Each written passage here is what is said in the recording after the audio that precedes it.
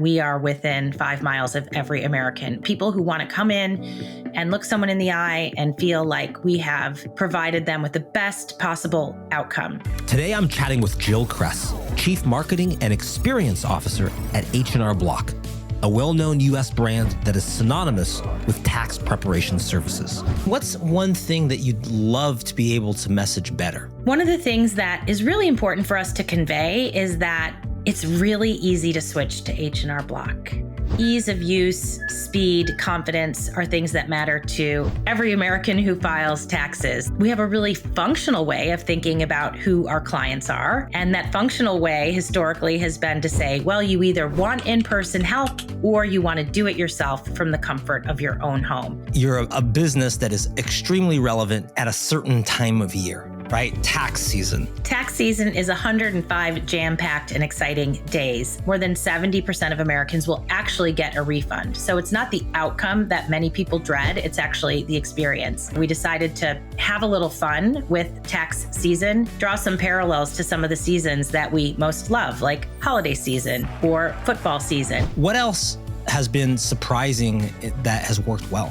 One of the most delightful surprises was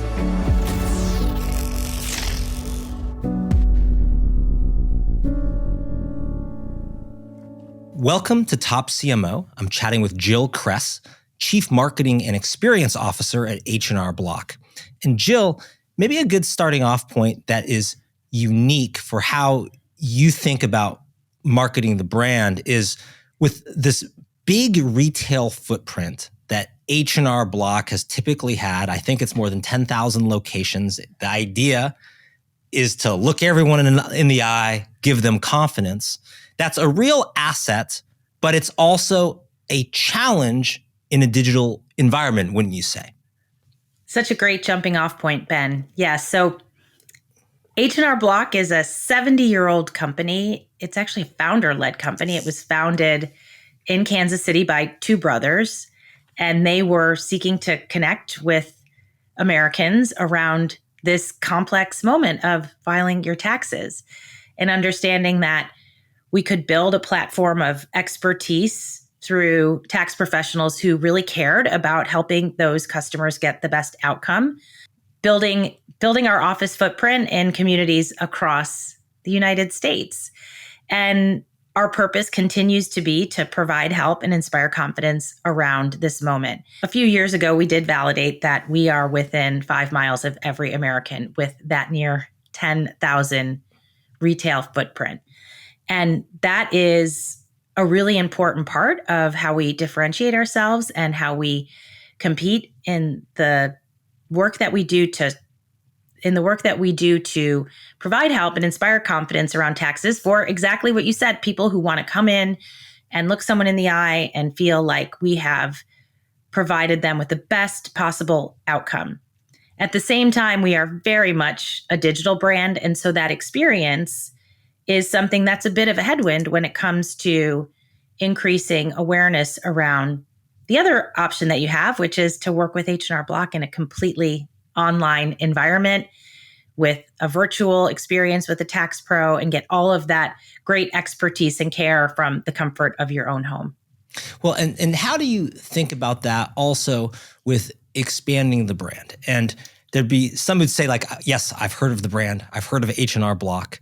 But as you start looking, and particularly in sort of, transformations and cultural patterns and habits that were happening during the pandemic, how do you start thinking then about, hey, we don't want to lose our equity and we're 5 miles from your house, but we have a lot of potential opportunity for potential new customers who might say, oh, I don't need to go in. In fact, that's a hassle for me to go in and see someone.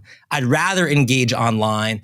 And this is a legacy brand that might be for my parents, for instance, but isn't for me. So how do you start thinking about that, delivering, as you said a couple of times now, sort of help and confidence, but deliver the confidence in a way that is different and new and is part of your title because you're Chief Marketing and Experience Officer? It really comes down to understanding our current clients and those clients that we want to win with in the future. And pretty consistently, ease of use, speed, confidence are things that matter to every American who files taxes. There's an addressable audience on an annual basis of about 150 million Americans who file taxes. And so really understanding, what do they want from us? What are those jobs that we can do for them? And again, it comes down to speed, accuracy, and confidence in the outcome, which for about 70% of Americans is actually a refund. And so with that, we have a really functional way of thinking about who our clients are. And that functional way historically has been to say, well, you either want in-person help or you want to do it yourself from the comfort of your own home. And that's a pretty taxi way of thinking about it. And what we're doing is really digging a little bit more deeply to understand, what are those triggers that move someone from a state of doing their taxes themselves from the comfort of their home to a point where they need more assistance, or vice versa. So we are very deep in a customer segmentation, and we understand that your need state around that changes. If you're a really simple filer, doing your taxes yourself from the comfort of your own home makes sense.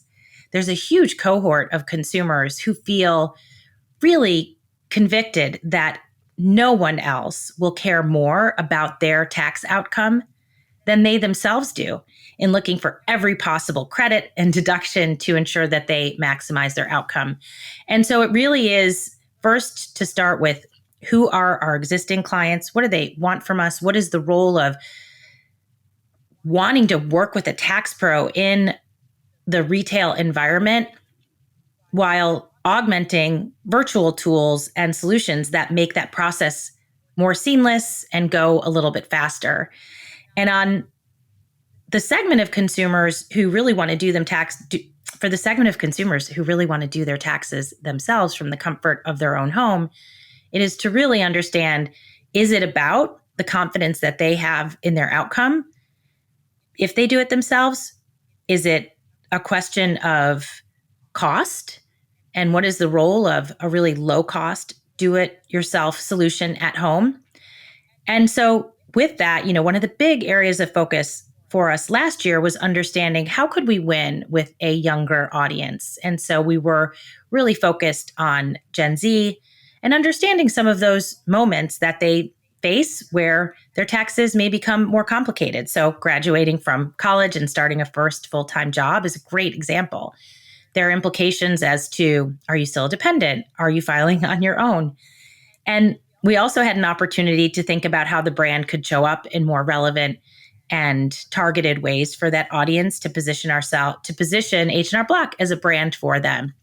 We do benefit from very high awareness in the traditional solution that we've provided, which is that amazing retail footprint of 10,000 locations. Our awareness of using H&R, the awareness that we have to use H&R Block from the comfort of your home or wherever you decide to do your own taxes, is a lot lower. So last year, that was really core to how H&R Block went to market, was to tell that story to very specific audiences. Well, and it was great. We moved the needle with. Well, and how did you think about that? So when you talk about, maybe let's break apart two pieces. So one is just being more relevant, right? How there's an idea that you're relevant. How did you think about that? And certainly, you're a business that is extremely relevant at a certain time of year, right? Tax season. So how do you kind of amp up relevance, and how do you do it in the context of, the core days leading up to April every year in the US, where you would be at peak relevance based on what people have to do to comply with the law? Tax season is 105 jam-packed and exciting days. And when I started, my boss, the CEO, Jeff Jones, shared with me that Jeff Jones had spent his life in retail working at Target, The Gap, and other brands. And he said, retail's got nothing on tax season. And I worked hard to internalize that, but boy, did I experience it in those 105 days. And so as we approached that and thought about what is the opportunity for us to become more relevant? One of the things that we wanted to do was to put a little bit of fun into tax season. As I shared earlier, the majority of Americans, more than 70% of Americans, will actually get a refund. So it's not the outcome that many people dread, it's actually the experience.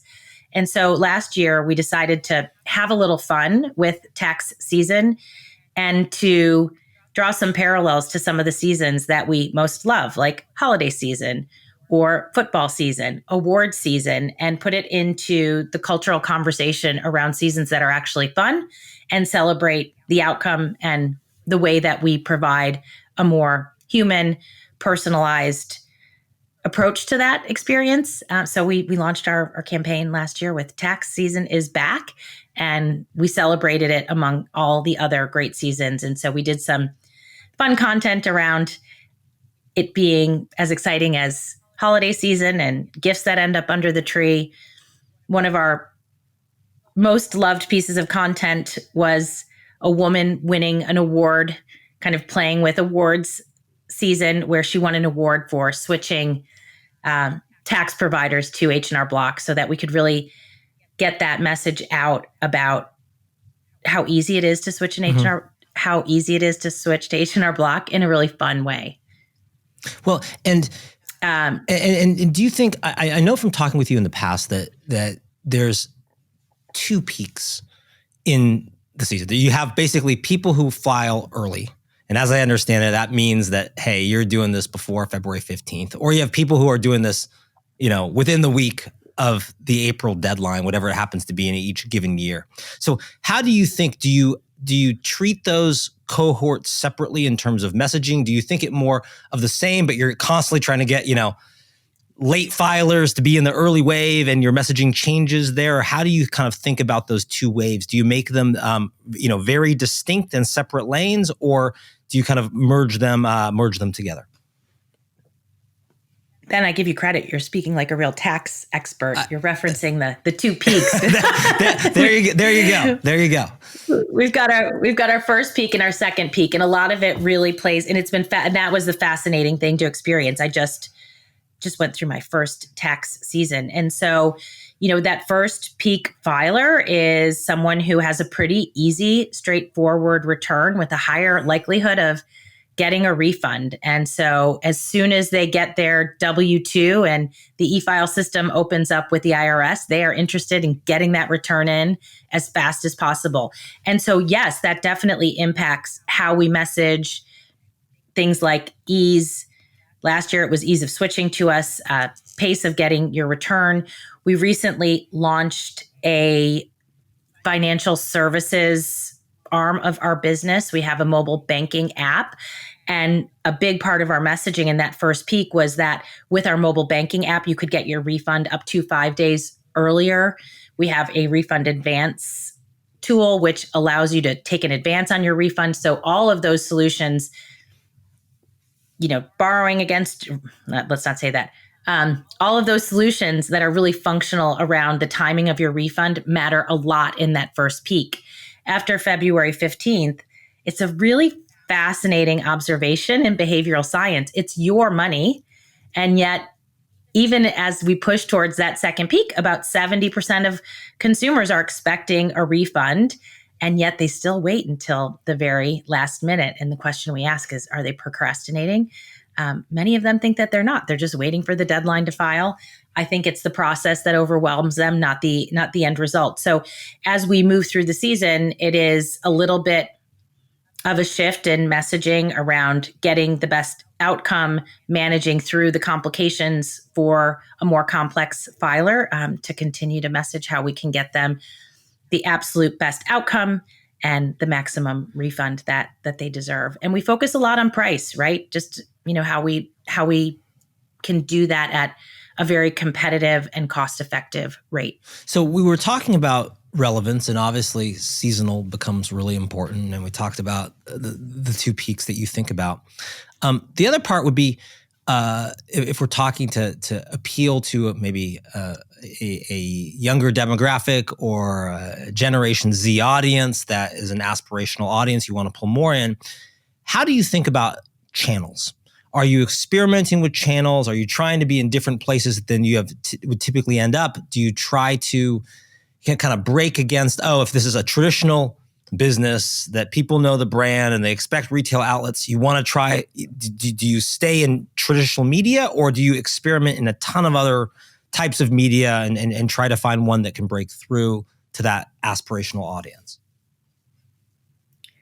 This is a timely topic as we're working on our plans for next year. Without giving anything away, we experimented quite a bit with new channels last year, and that audience work really allows us to understand where to meet different audiences with different messaging. So last year we shifted a lot of our above the line content out of traditional television into online video, which in trying to reach new audiences was really effective for us. We had great results with Gen Z last year who chose H&R Block, and we moved the needle pretty significantly on awareness. And that shift from, traditional television, traditional linear into online video where that audience is more engaged was a great test for us that proved out. We continue to think about the role of influencers and platforms. We did quite well on TikTok with some of our functional content around tax, but also on some purpose-led content that we did to reach a younger audience through a platform that we had, which was called A Fair Shot, which supported female college athletes as they earned income through their name, image, and likeness. So really just understanding, who are we talking to? What are the messages, and how can we test our way into new platforms? The other thing that is interesting for us is to think about holistic partnerships with different platforms. We did something really fun last year with Spotify.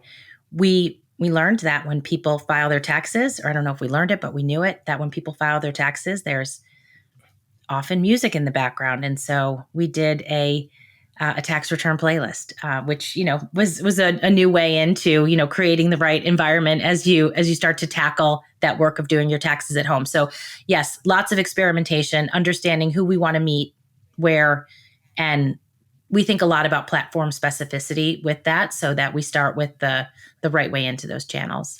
Well, and how do you think about, budgeting in your media mix? Do you have, as I understand it, in your kind of vertical, about 80% of revenue happens during tax season. Do you have 80% of your budget firing there? Or do you feel like, no, how you're going to win and there's going to be other competitors there is that you've got to shift some prior to the season or do things a little counter-cyclical to build awareness? How do you think about budget, or does it match, where revenue comes from?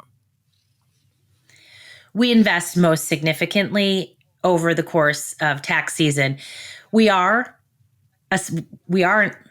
Block is an always-on brand. There are always extensions. We support small businesses who have to file over the course of the year. We've launched our mobile banking app. And so we certainly have an always-on media approach, but it's much lighter off-season than it is in season. And marketers are always optimizing on a daily basis, but the level of optimization and rigor that we bring to understanding if we're, are we optimizing that performance in season is really intense and exciting. So yeah, lots of money spent over 105 days in ensuring that is planned as efficiently as possible and optimized as effectively as possible in season is a very exciting part of our marketers' roles at H&R Block. And to be perceived and to diversify revenue over the course of the year, do you then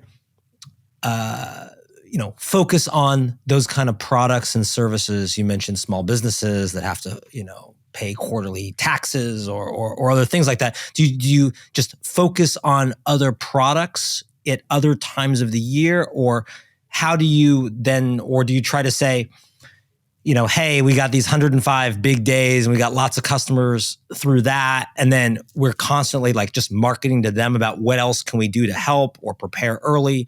Or do you think about, other waves that might be with the extension deadline, it's another peak? How do you think about all of that to try to, get either turn your customers into bigger customers or bring in new customers that aren't during the peak season? It's really a combination of those things. I'd say three things. We understand who that audience is. So for small business, yes, they file on a quarterly basis. We can also do other things for them. So we do bookkeeping and payroll. And so there's an always on push to market what we can do. We've got anomalies like we have this year, which is California it had an extension. There's an extension through October 15th. So that's the second big area of focus when we have an opportunity to provide that help outside of those 105 days.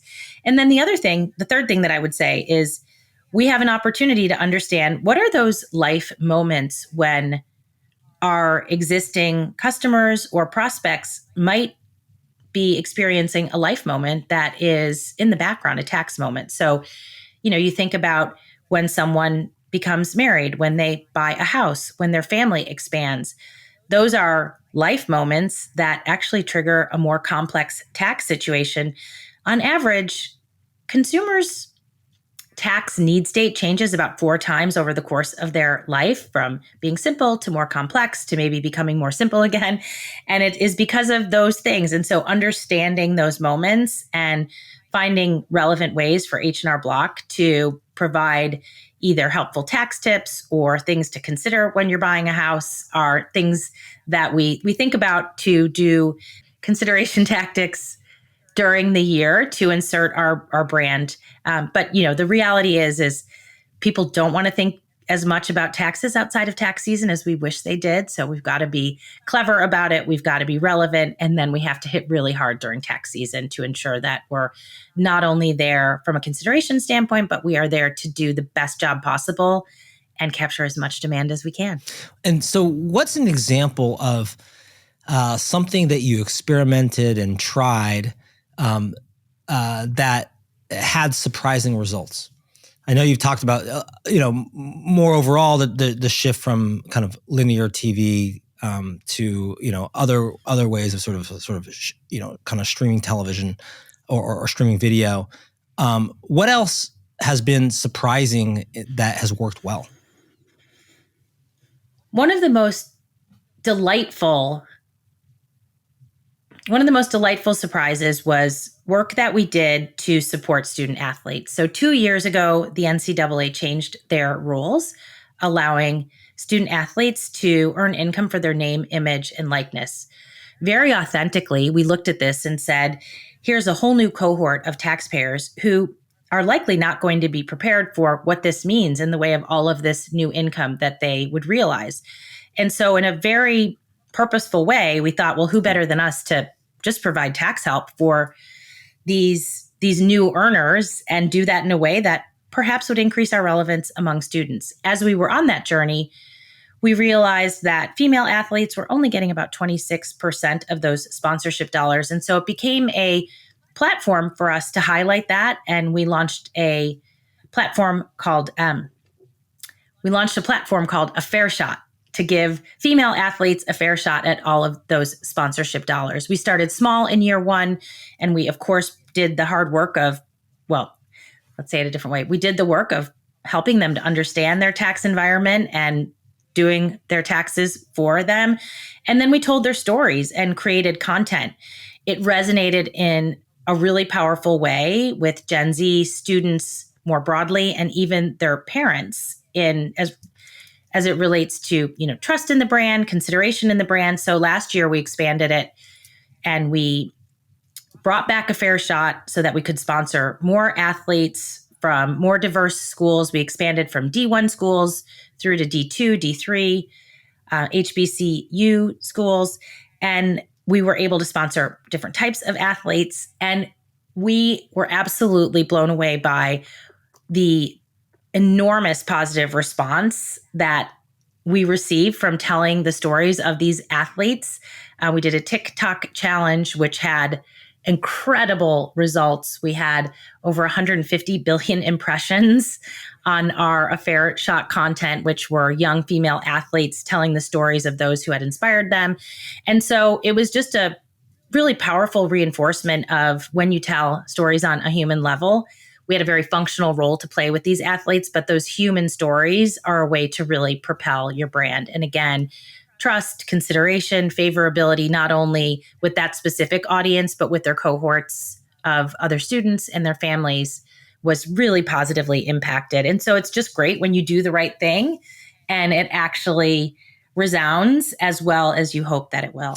And how do you think about, because you've talked about, you think of your messaging in terms of messaging help, that you can have expertise to help, and also confidence. People can have, it sounds like, confidence in the process. So how do you try to communicate confidence? Is it through those stories and human stories and being associated with those? Are there other ways that you bring confidence from the look you in the eye in a retail environment to a broader environment where it might not be face-to-face interaction?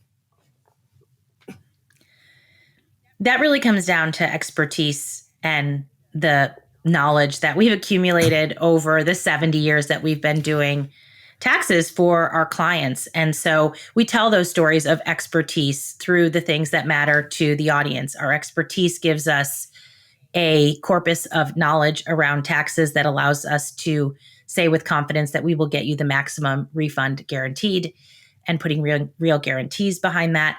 It allows us to provide peace of mind assurance so that if you do want that confidence of meeting with one of our tax pros in our offices, once we sign the return, we give you peace of mind. So if you hear from someone at the IRS, that's on us to work with them and resolve that on your behalf. And so it's really understanding what are the elements of what expertise represents specific to that confidence, and continuing to talk about the value, the fact that we're cheaper than a CPA, the fact that we've got your back, the fact that we guarantee the maximum refund. All of those things are the things that we message to convey that trust, expertise, and deliver that confidence. And what's one thing that you'd love to be able to message better? What's one thing that a challenging messaging point for the audience, consumers, this new type of consumer to pick up that you want to focus on the next few years? One of the things that is really important for us to convey is that it's really easy to switch to H&R Block. It's a total addressable market that doesn't grow significantly every year, yet there's a huge percentage of Americans who have to file taxes. So that ease of switching, so that if you are working with someone who you're maybe not satisfied with, that if you're doing your taxes online with another provider, it can be as easy to It can be as easy as dragging and dropping last year's tax return into our software to make that easy and seamless. And then one of the things that's a little bit more tricky to convey is in that world of in-person tax preparation where you get assistance from a human, we're not really competing with CPAs. Most Americans are going to the guy. And so in tax season, if you're in a big city, you can walk by a grocery store or a travel agent and see a sign in the window which says tax prep done here. And a lot of people are doing their taxes with the guy or the gal that sits in the back of the store and is there, kind of sets up a little shingle within a store and says, I can do your taxes. And so conveying that it's easy to switch, oftentimes you might be working with the guy and, you're not necessarily wed to that relationship, or you're not sure you're getting the expertise and care that you could get with a company like H&R Block, who's been at this a long time. But switching is hard and it's pain, and it's, can be a pain, and they have all your data, and gosh, I'm going to have to, look for things that I did last year and share it with a new partner. And so that is the thing that is really top of mind. I see. How do you tell those stories? I see. Sure. Well, and then on the flip side, you have other competitors that maybe don't have, anywhere close to your retail footprint. They've been predominantly online first. How do you go to battle with them? The TurboTaxes of the world, the others, where do you see competitive advantage, and how do you defend your audience? Because they're probably trying to come and take your audience away too and do the exact same thing, which is switch over to us. It's easy as well, just right back at you, just like you're doing to them. How do you think about sort of competing and where are there opportunities to compete? Yeah, it's such an interesting category because that is exactly the game, which is everyone's trying to get at this same audience of consumers. So last year we were very intentional and we took on the role of a challenger brand in that do-it-yourself tax space, and we actually called out the competition in our content and talked about the ease of switching from TurboTax to H&R Block. We did content like a drag and drop. We did content like a drag and drop hashtag challenge. Gosh, I can't speak.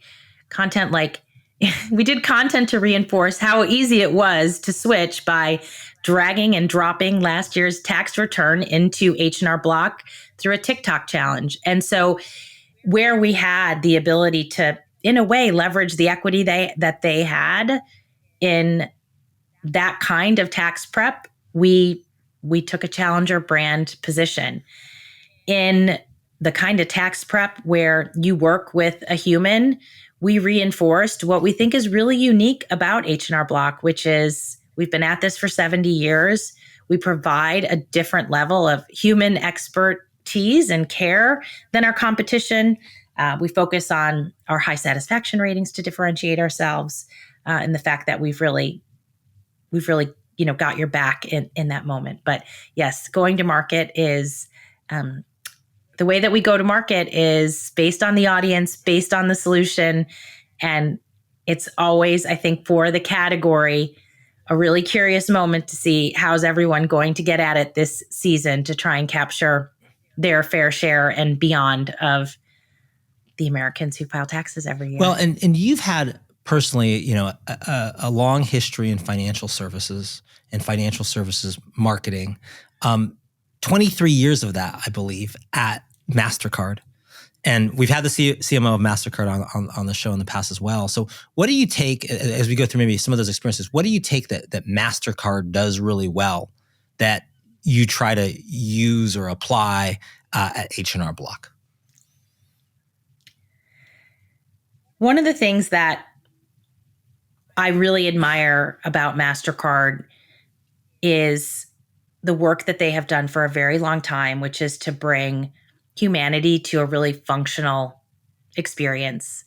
I was working at MasterCard when they launched Priceless, which at the time was very much a storytelling, above the line television campaign.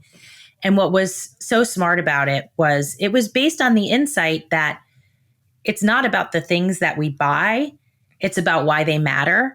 And so Priceless, for those of us who were around at the time, was a really beautiful format of what it costs to do certain things and why they matter. So the first ever Priceless spot, some 30 some years ago, was a father and son going to a baseball game. And it was the cost of the tickets, the cost of the tickets, the cost of the popcorn, the cost of the souvenir. And the payoff was real conversation with 11-year-old son, priceless. There are some things that money can't buy. For everything else, there's MasterCard. And that is still very much at the foundation of how MasterCard thinks about connecting with their audience through the backdrop of experiences. And Raja and the team there continue to do a great job of telling those stories while continuing to do the thing that they do well, which is to connect buyers and sellers across the world, but to get people to care about it and think about it. And I think that's very much something that I have carried with me, which is there's what you do and there's why you do it. And that's one of the things I love about H&R Block. What we do is taxes.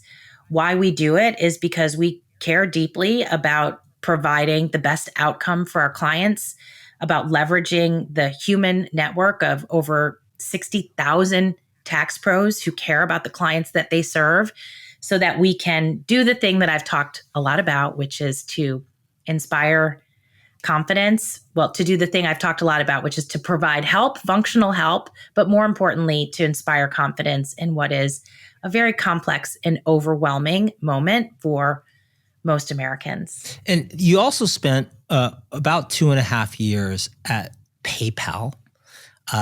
Totally different type of positioning, maybe from H&R Block, just the roots of PayPal, and PayPal, being not only a pioneer in sort of kind of digital payments, but also the home where a lot of other successful entrepreneurs got their start at PayPal, and then kind of grew on and became very, very famous in other companies in their own right as well. A so-called PayPal mafia, as they would call it. So what do you take from PayPal for H&R Block, sort of digital first brand, thought of as kind of innovative, global, ubiquitous, in a kind of a new form of money? What do you think about sort of their marketing, and what can you apply now for H&R Block?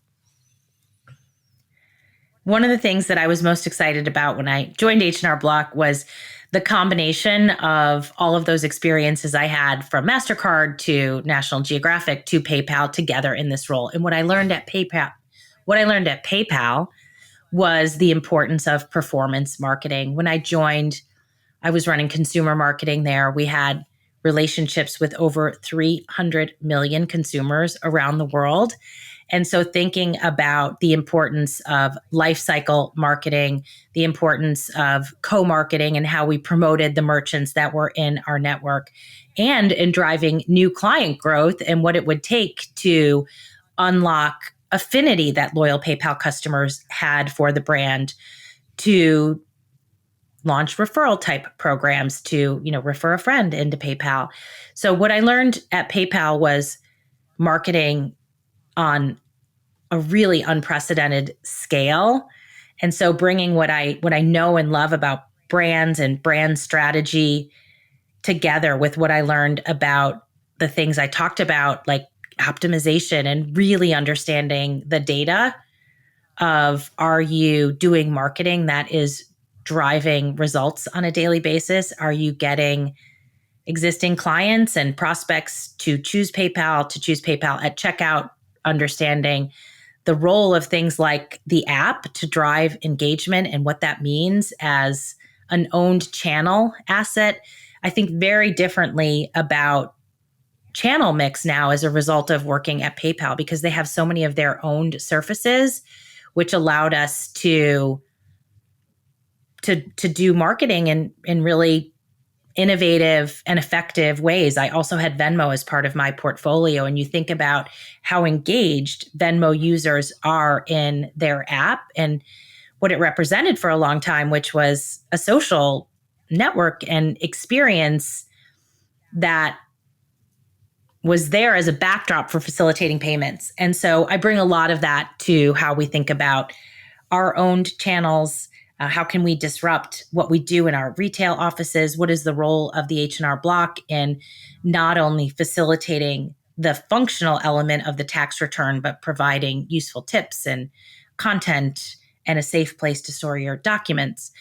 So anyway, it's I learned quite a bit there about scale and digital first marketing. And finally, I want to end on the one you referenced, but is the one that stands out a bit in the mix of your background, which is National Geographic.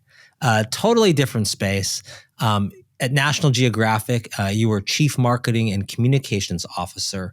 What do you take from a brand like National Geographic? Totally different space, maybe totally different positioning. And what do you use in applying that to work for H&R Block now? When I joined National Geographic, they were deep in transformation. H&R Block is also transforming its brand to be more relevant. When I joined National Geographic, it was a joint venture between the original not-for-profit National Geographic Society and 21st Century Fox.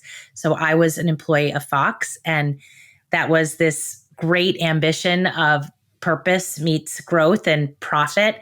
And it was such a fascinating time to understand how you could take content and build an audience across digital platforms. You talked a lot about channel planning and reach of customers. It was fascinating to think about how we could take our print and video contents that were, video content that was on our television channel or print content that had historically lived in our print publication and bring it to audiences in platform specific ways. We were a real pioneer on Instagram and Snap. We were in the pilot for the first Instagram stories. So it was really fun to say, we've got this long form content. How can we reach younger, new audiences in culturally relevant ways?